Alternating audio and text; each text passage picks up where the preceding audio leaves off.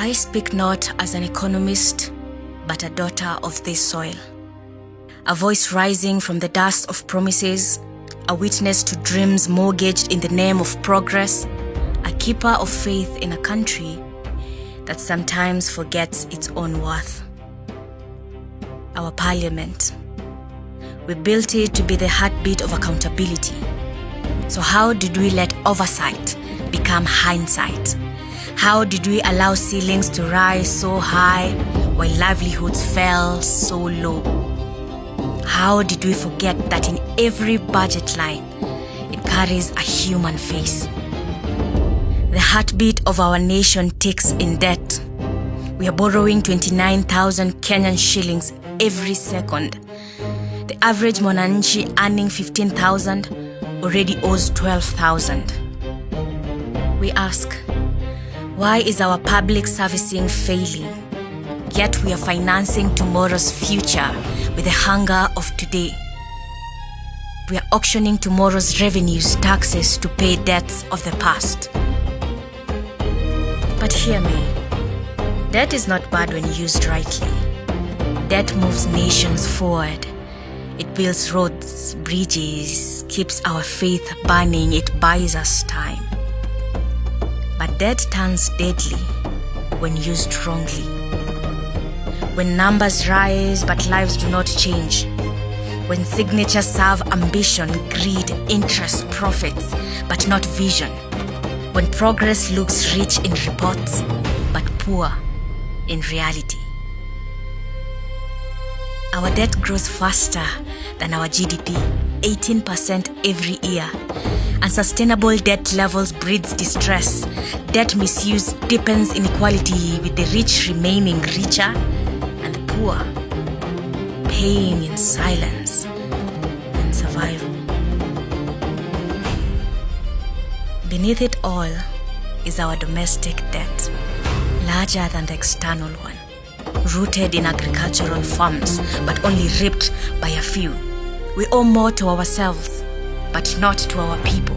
We owe more to the banks, to the bonds, to the insurance companies, pension schemes. We owe more to the same hands that write the laws, the same ones that control policies. Domestic debt.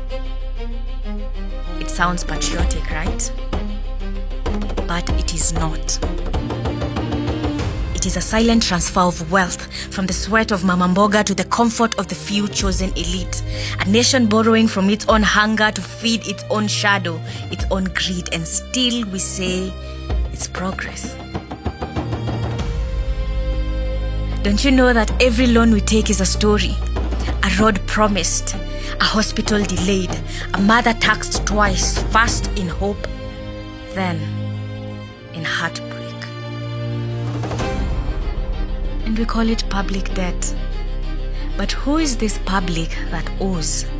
It is the farmer who tills. It is the youth who waits in unemployment. Ni ule mtu wa mjengo who dreams on an empty stomach.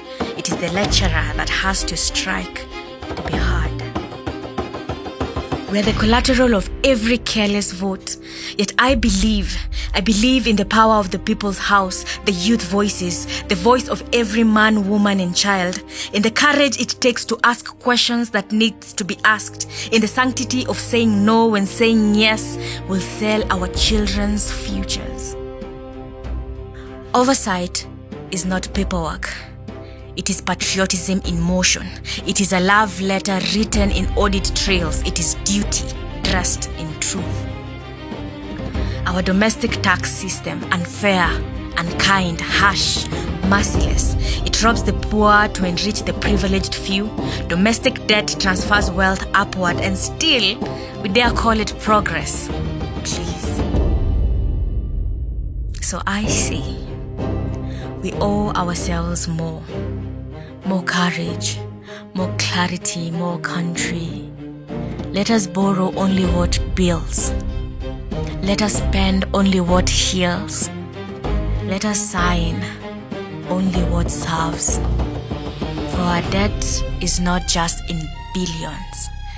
It is in the broken trust systems, in the stolen wealth, in the weight carried by generations unborn. And our repayment begins the day we start telling the truth, not to the world, but to ourselves.